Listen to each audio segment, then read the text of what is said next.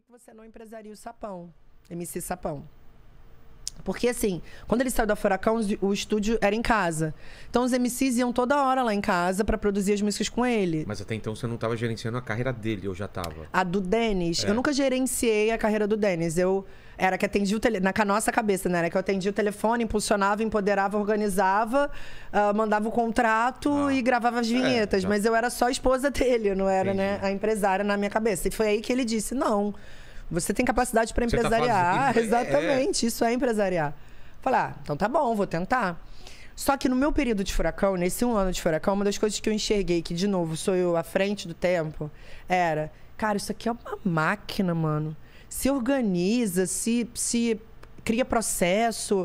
O funk pode virar um boom, pode virar uma grande... Dá um contexto pra gente, o que era o Furacão naquela época? A Furacão 2000 era...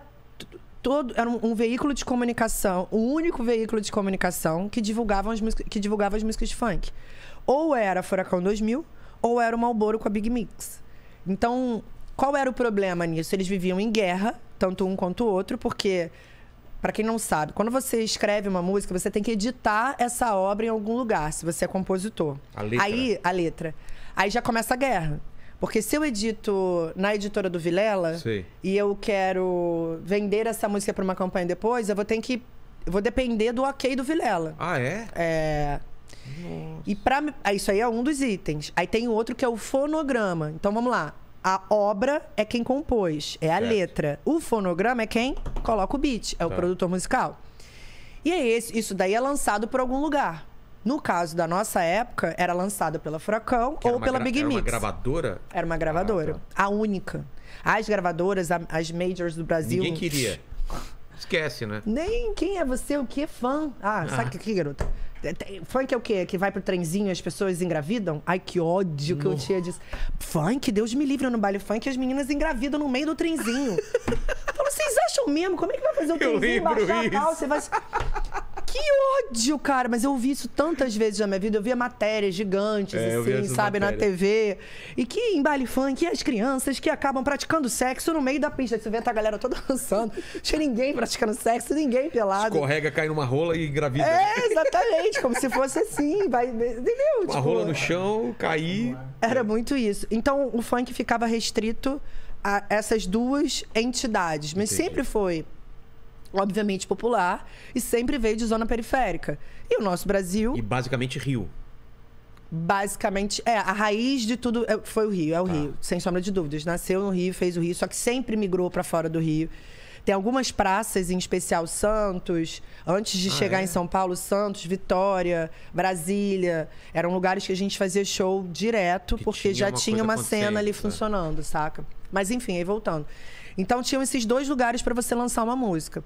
Quando você editava a música na Furacão, a obra, e produzia na Furacão, a música ela gera um ISRC, que é como se fosse um CPF da música, Tá. Para poder recolher os direitos e tal. E aí virava essa guerra, porque se eu lançasse a minha música pela Furacão, a Big Mix não tocava. Se eu lançasse pela Big Mix com o J Marlboro, a Furacão não tocava. Putz. Cara, era um monopólio. Os artistas ficavam sempre na mão de um de outro. Tinham demandas que eram bizarras. Por exemplo, se eu lancei uma música pela Furacão, a Furacão tinha direito de me pedir 12 datas por mês. O que significam 12 datas por mês pelo custo? Que é o carro que a gente chamava. Na época, R$150. Era eu fazer 12 shows de graça para quem estava divulgando a minha música. Só que eu pergunto para você, 12 num mês que tem 4 finais de semana, significa que um show por dia eu vou ter que dar para ele. Sexta, sábado, domingo. Caramba. E era assim, ou você se submetia a isso, ou você Ou não tocava. E nem tocava. Gravava não tocava, que é tocava. pior, entendeu? Gravar tá tudo bem. O lance Eu é podia tocar, gravar né? em casa, podia gravar tá. com outra pessoa. O problema era tocar. Se não acontecia, se não concordasse com isso. Você não existia. Não existia. Exatamente. E o que é pior, cara, e é muito bizarro, eu acho que aí é falta de conhecimento mesmo, não era malandragem do Rômulo na Furacão, não, tá? Os direitos nunca eram pagos. Nunca. Sabe o que é nunca? O direito autoral. Entendi. O direito que você ganha, além do autoral, quando a música é vendida, ela gera um royalty. E essa grana tem que vir para o artista um pedaço e para a gravadora o outro. Vinha pra gravadora e parava neles. Parava ali tudo, editora, Nossa. gravadora. Então, assim, qual era a cabeça da galera que fazia funk na época? Eu tenho que entrar na Furacão de qualquer maneira para conseguir divulgar a minha música nos programas da TV, para conseguir que no programa de rádio da Furacão tocasse a minha música. Só que a linha de raciocínio do Rômulo era: quanto custa para ter um programa de TV? Quanto custa para ter um programa de rádio? X. Esse X, ele achava que ele tinha que dividir pelo número de músicas que ele tocava e que isso gerava um valor. E a partir daí, o artista que quisesse passar por lá teria que contribuir por esse valor. Aí, como o cara não ia ter dinheiro, obviamente, ele falava o quê? Me dá as suas datas. Entendi. Que são esses shows. Então, ele fazia os grandes eventos para 4, 5 mil pessoas e pagava R$100, R$200 em cada artista. Mínimo, Era assim que funcionava. E você estava me falando uma coisa que eu não sabia. Tinha que fazer 8 shows numa mesma noite, o artista? Saía de um, ia para outro, para outro, para outro. Porque eram 15 minutos. Por isso, mestre de cerimônia. Por que veio essa ideia do 15 minutos? Por isso, porque nunca... Porque eram muita atração. Não, além de muitas atrações, as pessoas não tinham repertório para tanta música. Não dava pra fazer um show de 1 hora. Só cantando as próprias músicas, ou teria que cantar a música do outro MC. Entendi. Então, assim, naquela noite teríamos 5 artistas no line. Tá. Que cada artista tem, sei lá, 2, 3 músicas estouradas. Se eu começasse a cantar a música dos outros 4, o que eles iam cantar?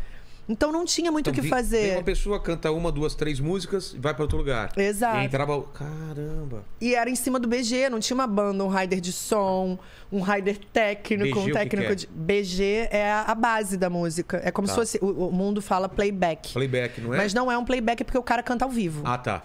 Ele tem só todo o resto e a voz... E a voz é a Vera, exatamente. A base tá ali, é um som. E o som era bom, pelo menos? A estrutura... Cara, na época das equipes de som em especial, imagina, os caras cantavam com aquela equipe, com aquele volume atrás. Ninguém usava in-ear, não tinha retorno, não tinha nada. Era sobe ali, pega o microfone. A gente brincava porque dava muito choque o microfone. É mesmo? Muito.